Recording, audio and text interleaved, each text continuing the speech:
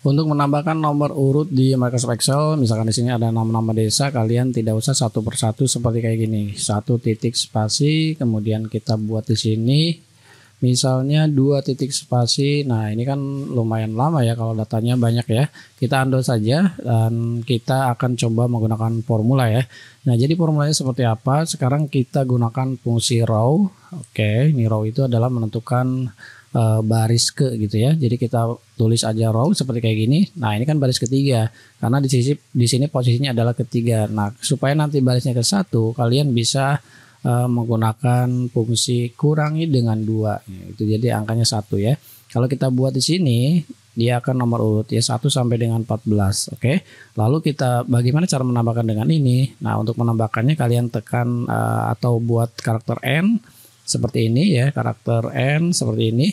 Kemudian tanda petik, kita tambahkan titik, spasi, tanda petik, dan kita tambahkan karakter N lagi seperti kayak gini. Kemudian kita tambahkan data yang ini. Kemudian kita enter. Nah, jadi kan ada 1 titik parakan gitu ya. Kemudian kalian tarik aja seperti kayak gini. Dan ya ini sudah ada nomornya gitu ya. Jadi ini akan lebih mudah. Atau kalian bisa membuat seperti ini guys. Misalkan di sini saya buat row. Oke. Kita ambil row-nya di sini ya, di A1, ini hasilnya kan nanti 1 ya.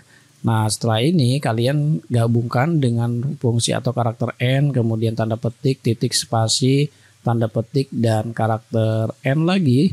Lalu kita tambahkan data yang ini, lalu kita enter. Hasilnya sama parakan ya. Kalau kita tarik semuanya sini, nah ini juga udah ada nomornya gitu ya. Jadi kalian lebih mudah yang mana? Cara yang pertama atau cara yang ini gitu ya. Yang penting ini angka 1 ini adalah di A1, berarti row A1. Kalau saya buat di sini row ya seperti kayak gini, kita enter, ini kan hasilnya 1 gitu ya. Kalau di sini nanti hasilnya 3 karena baris ketiga. Nah, kurangin aja dengan angka 2 gitu ya. Itu trik aja, kalian bisa mengakali seperti kayak gitu guys. Oke. Segini aja videonya, moga aja video ini bermanfaat. Terima kasih sudah nonton dan assalamualaikum.